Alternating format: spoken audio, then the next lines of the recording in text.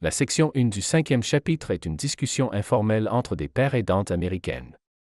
Lors de la discussion, elles ont notamment discuté de la catégorie numéro 5 des compétences à la père aidance. Cette catégorie, qui comprend 5 compétences, consiste à soutenir la planification du rétablissement. 1. Aide et soutient les pères à se fixer des objectifs et à rêver de possibilités futures. Le soutien des pères joue un rôle central pour encourager les individus à envisager des objectifs à long terme et à cultiver une vision positive de leur avenir.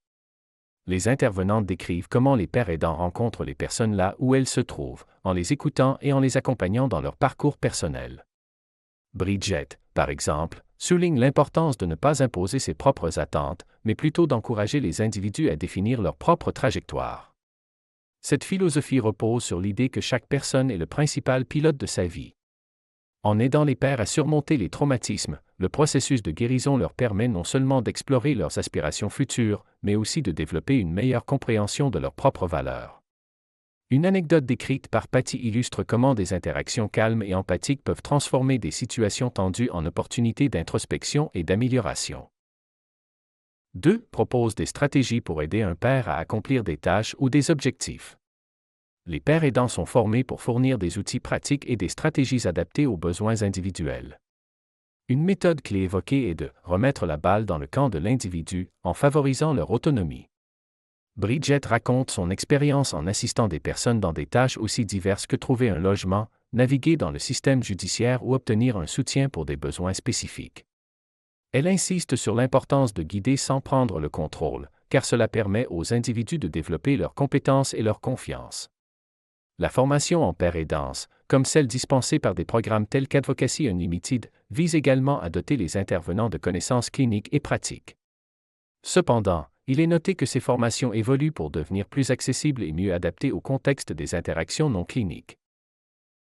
3. Aide les pères à utiliser des stratégies de prise de décision lors du choix des services et du soutien.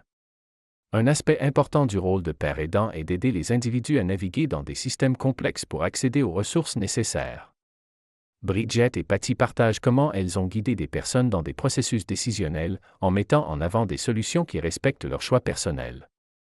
Par exemple, Patty explique que l'objectif n'est pas de sauver les individus, mais de les aider à identifier et à utiliser les outils qui leur permettront de résoudre leurs propres problèmes.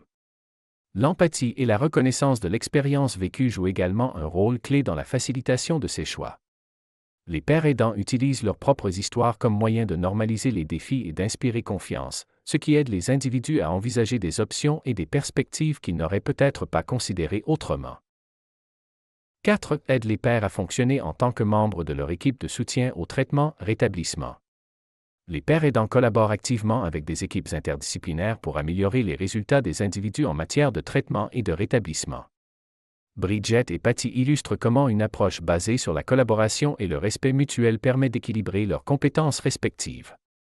Par exemple, Patty reconnaît l'expertise unique de Bridget, issue de son expérience vécue, et la décrit comme une navigatrice indispensable dans les interactions communautaires. La père aidance est souvent complémentaire aux approches cliniques traditionnelles. Les intervenantes insistent sur le fait que les pères aidants apportent une perspective unique qui est souvent sous-estimée dans les environnements institutionnels.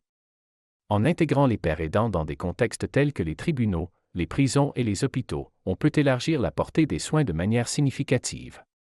5. Recherche et identifie des informations et des options crédibles à partir de diverses ressources.